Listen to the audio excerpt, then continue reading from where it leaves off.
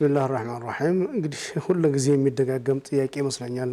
በተለይ ባለፉት 20-25 ዓመታት ውስጥ ሀገራችን ላይ ሌላው ዓለም እስላሚ ውስጥ በየጊዜው የሚነሳ ጉዳይ ይሆናል። ኒቃብ ዋጅብ ነው ሱና ነው። በዚህ ላይ ዑለማዎች ራሱ ሙዓሲሮች ኪታብ ሁሉ አንዱ ባንዱ ላይ መጽሐፍ እስከ መጻጻፍ ድረስ የደረሱበት ሁኔታ አለ።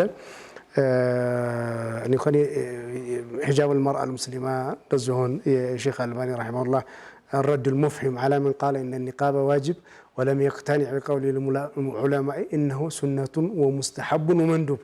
عند زي كتاب مسلم هي ولا هيك ما عرفت نجر نوي بتعم بزور عرفت نجر يا شيخ الألباني النقاب سنة ويمينه.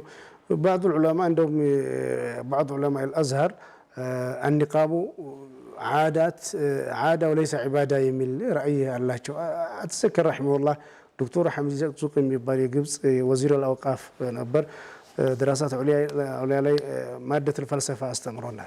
النقاب عادة وليس عبادة يميل حساب نبر وبزي لا يميز عفوا قرأ له عبادة سهل دو بحالنا عرب وشزن بجاهلية جزيس سرّا ينبر بحال هنو ببحال النتوي كت نونجي ድሮ በጃሂልያም ጊዜ የነበረ ነው በዛም የሚቀጥል ነው እንጂ ሌላ ከዚህ ውጭ አይደለም የሚል ሐሳብ አለ።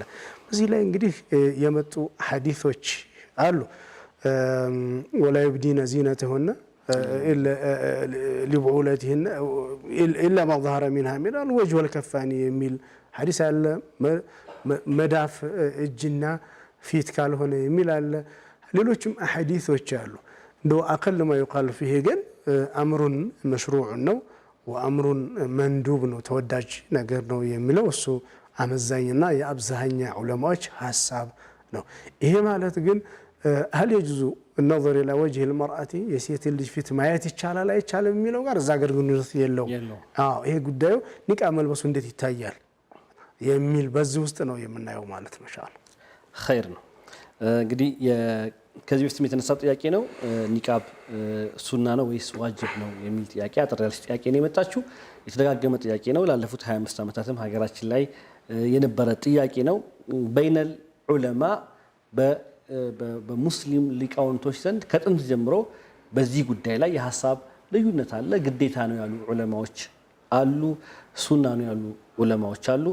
በቅርብ የመጡ ደግሞ ኡስታዝ ያስቀምጡና ዛህራ አካባቢ ቢድዓ ነው እስከ ማለት ይሄ ባህል ነው እንጂ እምነት አይደለም እስከ ማለት የደረሱ አሉ። ምንም እንኳን ጥቂት ቢሆኑም ማለት ነው። እንግዲህ በዋጅብና በሱና መካከል ያለ ነገር ነው። የእሳቸው አቋም ሱና ነው ኒቃብ መልበስ የሚል አቋም አስምረውበታል። እኛም እሱን ነው የምናስተላልፈው ኢንሻአላህ።